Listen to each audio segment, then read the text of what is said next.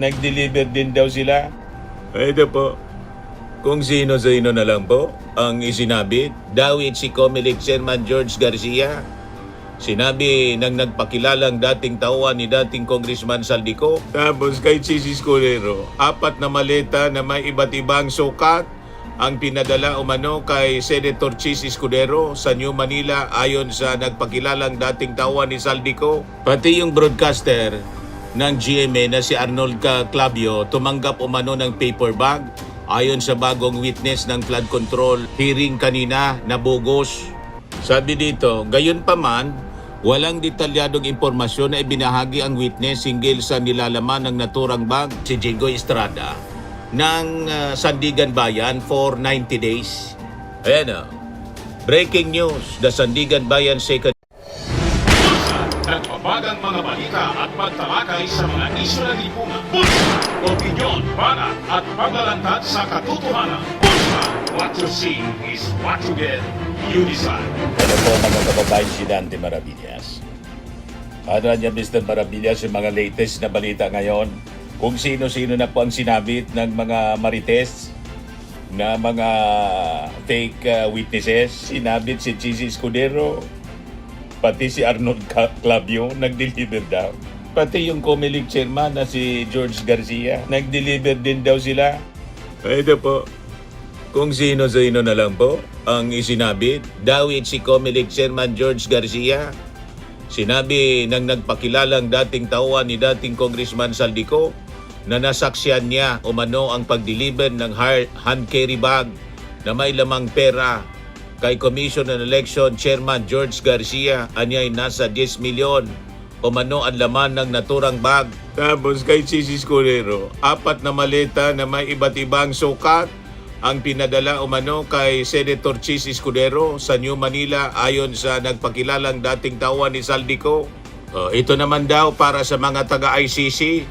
Ayan o, tingnan, nagpakita ng mga litrato ang mga umano'y dating tauhan ni Saldico sa isang press con.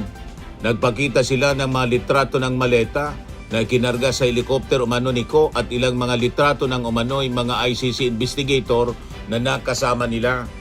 Para daw ito sa mga ICC investigator. Pati yung broadcaster ng GMA na si Arnold Clavio tumanggap umano ng paper bag ayon sa bagong witness ng flood control hearing kanina na bogus. Sabi dito, gayon pa man, walang detalyadong impormasyon na ibinahagi ang witness hinggil sa nilalaman ng naturang bag. Gayon din kung kailan at saan umano ito naganap. Nalagay niya Mr. Maravillas sa purong smear campaign. Kaya ayaw nilang matanong mga kababayan sa mismong legit na investigation ng Senado. Kaya ginagawa nila, nagsagawa sila ng bogus na hearing kanina. Di ba? At kung sino-sinong sinabit, mga kababayan. At sabi ni Mike Defensor kanina, maring ito na ang huling pagpapahayag ng ating mga buting dating sundalo. Bakit niya Mr. Maravillas? Ito na yung huli. Sa reading natin, kasi wala man pong pumapansin sa kanila at malamang naubosan na ng pundo. At dahil sa patong-patong na kaso, magtatago na po itong mga witnesses na iniharap ni Mike Defensor sa isang bogus hearing. At siya, malamang patong-patong na kaso kasi usurpation of authority ang ginawa niya. At sa katingin natin, nilaglag na rin si Mike Defensor ng kanyang mga kaalyado na mga Duterte senators ang pumunta lang doon at hindi na nga tumuloy sa panibagong binyong nilipatan nila kasi hindi sila pinatuloy doon sa unang binyo. Lumipat ng binyo, hindi na sumunod si Amy Marcos. At yung dapat na magpatawag na senador, si Pia Cayetano, wala man doon. Pati si Marcoleta, si Robin Padilla, wala din. Wala din si Loren Ligarda. Yung mga kaalyado, mga kababayan. Kasi nga, unauthorized yun outside of the Senate. At they risk, mga kababayan, legal action. Kaya umiwas na yung mga senador. Kaya malamang, kaya sabi ni Mike Defensor, last na to, wala man pong naniniwala sa kanila. So wag na nating pansinin mga kababayan. Focus tayo dito sa nangyayari sa Senado. Kasi si Jingoy Estrada ngayon, based sa latest na balita, sinuspend na po si Jingoy Estrada ng Sandigan Bayan for 90 days. Ayan o. Breaking news, the Sandigan Bayan 2nd Division, which is handling Senator Jingoy Estrada's graft case over the alleged flood control kickback scheme, has ordered his 90 days preventive suspension. Saktuhan niya, Mr. Maravillas. So, hindi siya pwede na mag-participate sa impeachment trial tulad ng gusto niyang mangyari. Kasi suspended siya. 90 days. So, matapos mga kababayan na maghain ng pleading o komento ang prosecutor ng Ombudsman sa Sandigan Bayan kaugnay ng pagpataw ng preventive suspension laban kay Senator Jingoy Estrada na naharap sa kasong graft in plunder kaugnay ng flood control scam. Alinsunod sa batas, ipinapataw ang preventive suspension kapag naharap ng ang isang incumbent official sa kasong kriminal. Ano mang kaso may kinalaman sa pandaraya sa public funds.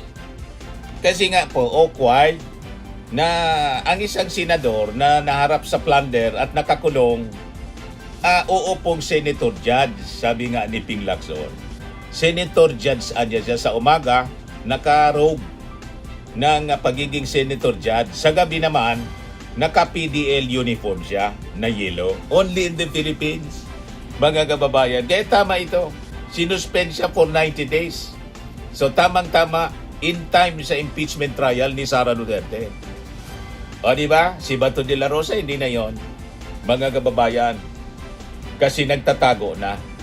So, ang question ngayon, ano na yung magiging base number sa pag-compute ng 2/3 vote?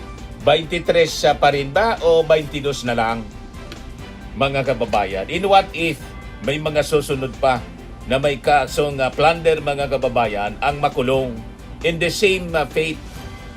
Ang sapitin, mga kababayan, kay Jingoy Estrada, di tapos na. O di ba, mga kababayan? Kaya tama talaga na ang dapat na umupo na mga senator judge yung capable of attending the session, the hearing. Kasi paano tama yung posisyon, mga kababayan, ng prosecution panel? They should not be allowed, sabi ni Congresswoman Jinky Luistro. Kasi doon pa lang sa appreciation ng mga ebidensya, pakikinggan mo yung mga argumento, boss, ng prosecution in defense. At siyempre, susuruin mo yung ebidensya and the demeanor na mga witnesses. Kailangang i-observe mo kung nagsasabi ng totoo. So, paano ka actively makakapag-participate sa hearing para you can render a sound judgment whether it is acquittal or conviction. Kung ikaw ay nakakulong, common sense po, mga kababayan. Kaya tama ito na naging desisyon, mga kababayan, ng Sandigan Bayan. Suspended siya for 90 days kasi yun naman talaga yung nasa batas. Ngayon, another breaking news ngayon, yung petisyon, mga kababayan, na final ni Alan Peter Cayetano, hindi kasama sa ang mga signatory doon, si Joel Villanueva at saka si Mark Villar. Di kasama sa Supreme Court petition ng Cayetano Black kaugnay ng Senate presidency.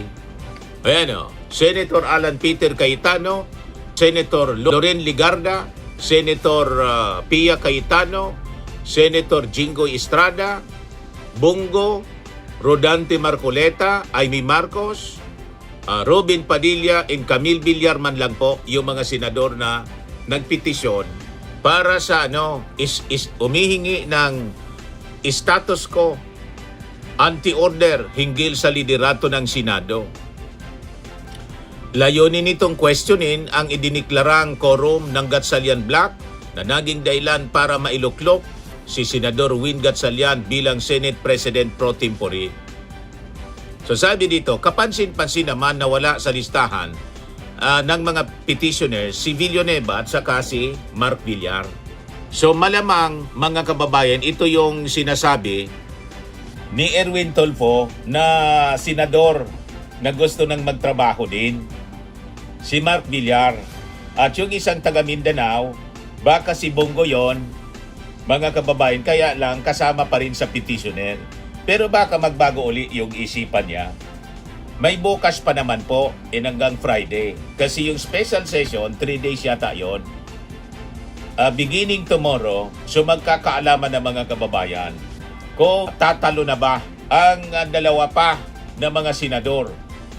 That could be Mark Villar and Bongo ang lilipat sa majority block. Nauna na po si Chis Escudero, kaya 12 siya. Then sumunod na si Joel Villanueva na na-announce na po kasi pinakinggan yung advice ng kanyang tatay na si Representative Eddie Villanueva. So pag nagkaganon mga kababayan, tapos na si Alan Peter Cayetano, magiging maayos na po ang takbo ng Senado lalo na sa impeachment trial ni Sara Duterte. So ito yung mga panibagong developments na magaganda mga kababayan para sa interes ng ating mga mamamayang Pilipino. Kaya tingin natin ang mga ginagawa ngayon ng kampo ni Sara Duterte, Duterte Senators and allies, lalo na po itong ginagawa nilang bogus hearing, last desperate attempt ito. Pati yung pag-file mga kababayan ni Alan Peter Cayetano ng petition para sa status quo anti-order. Mga last actions na nila ito na tingin natin ay magiging failure siya. Tama itong analysis po ni Atty. Ibanez. Basahin ko po sa inyo. Sabi ni Atty. Carlo Ibanez, ito yung rockstar vlogger na abogado. Nag-file ng petisyon sila Cayetano questioning the legality ng pagboto kay Senator Gatchalian. Hindi ko pa nababasa buong petition. Yung parts lang na pinost sa social media. But immediately nakikita ko na walang patutunguhan ito. There are 2 reasons anya. Una, there is a strong possibility that the Supreme Court will decide that this is a political question. Ibig sabihin hindi legal ang issue. In cases like that, dinidismiss ng Supreme Court ang petisyon. Pangalawa, if talagang may lilipat sa majority block from the Cayetano block at mag-elect sila ng bagong SP, Senate President bukas, magiging moot in academic na itong petisyon. Again, i-dismiss ang petisyon pag ganon. Tama. Parehas ng aming analysis mga kababayan, yung aming analysis, parehas ni Atty. Wala itong patutungan, Atty. Ibanez po. Last desperate attempt ito to hold on to power itong si Alan Peter Cayetano. Pero alam niya na wala nang mangyayari sa kanyang pagkakapito ko sa pagiging Senate President mga kababayan kasi iniwan na siya ng kanyang mga kasama. O ngayon, sa issue naman ng bogus investigation ng Blue Ribbon Kuno, ito yung posisyon ni Atty. Ibanez, basahin ko po sa inyo. Parehas ng mga sinasabi natin. Ang Blue Ribbon Committee anya ay hindi investigative body. Nakalimutan ng maraming tao kung para saan talaga ang Senate Blue Ribbon Committee.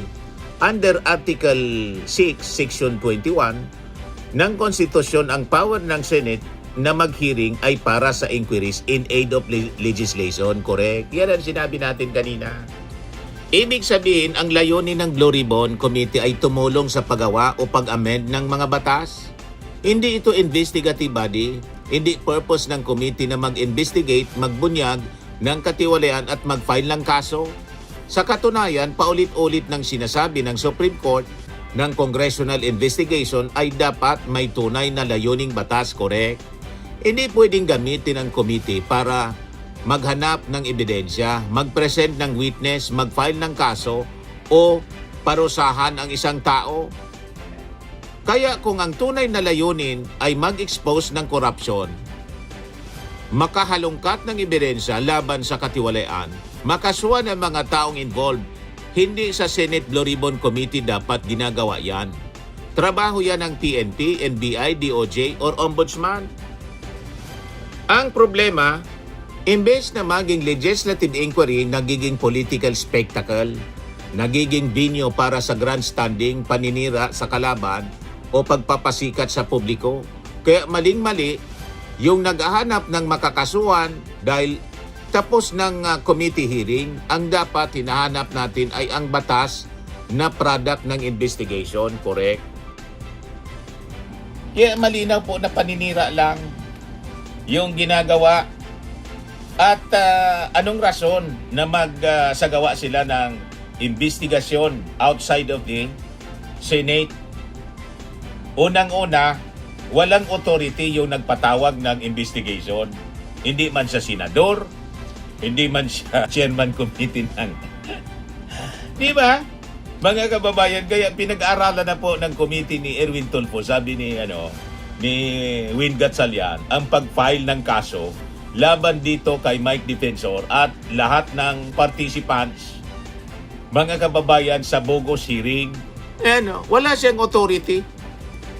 Hindi naman siya chairman, hindi naman siya member, hindi naman siya senador. Bakit niya lilinlangin ng tao? Kausap ko si Senator Erwin Tulfo at pinag-aaralan na din namin ang legal action dahil niloloko niya ang taong bayan, sabi ni Senate President pro tempore Win Gatchalian. Correct. Paano ka mag-iimbestiga in aid of legislation? Hindi ka man legislador, dati kang congressman at hindi ka na congressman. Misrepresentation na malinaw, mga kababayan, ginagawa niya. Propaganda para manira, i-distract ang publiko, ang atensyon, ang focus ng tao sa impeachment ni Sara. Kasi lahat ito mga minions ni Sara. At ito yung last attempt nila para sana iligaw ang atensyon ng tao sa impeachment trial. Failure sila lahat. Kung sino-sino na lang yung sinabit na si Chins kasi pumaliktad. Si Erwin Tulfo sinabit nung isang linggo. At ngayon, pati si George Garcia ng COMELEC, sinabit na. Pati si Arnold Clavio. Walang iya, mga kababayan, talaga mga taong ito. Wala. Zero credibility in mga pinagagawa nila. Puro lang ingay at panggugulo, mga kababayan, sa Senado. Ayan man lang po yung ating short video ngayon. Ako po si Dante Maravidas. Bye-bye. God bless. Swimming and lifting cream, pinapahid po sa mga pulses in affected area. Mainam po sa paninigas ng mga kaso-kasuan. Ito naman po, Automax Radiant Serum. Sa mukha naman yung application. Anti-aging po siya. You will look 10 years younger than your age. Sa mga cancer patients naman po, baka lang gusto ninyo itong itry. Neng siya red mixed fruit drink. Hindi mo po siya gamot, food supplement siya. Kaya lang, gawa siya, mga kababayan, sa goji berry. Yung goji berry may anti-cancer properties. O ngayon, yung mga inquiries ninyo, dumiritso na lang kayo sa aming messenger sa Facebook para masagot namin agad. Ayos pa? Ayos na ayos niya, Mr. Maravilla. Sa mga nagana po ng malinis and spacious fitness gym, pumunta lang po kayo sa aming Colossal Fitness Gym. May Grab car rental din po kami. But anyway, ito po pala yung aming bagong product na binibenta online. I am worldwide amazing pure organic barley powdered drink mix from Australia. Negosyo to ng aking anak na architect entrepreneur Riz Maravillas. Ayan po. Kontakin na lang po ninyo siya, Riz Maravillas, on Facebook. Ang mga health benefits niya: boost immunity, improves digestion, enhance energy levels, packed with antioxidants, prevent cancer. Ito naman po yung bago naming product na binibenta online. Eye Glow Serum, whitening po siya. Tingnan ninyo yung epekto sa aking anak na architect before and now. Yung mga inquiries po ninyo, dumiretso na lang kayo sa kanyang Facebook account, Riz Maravillas.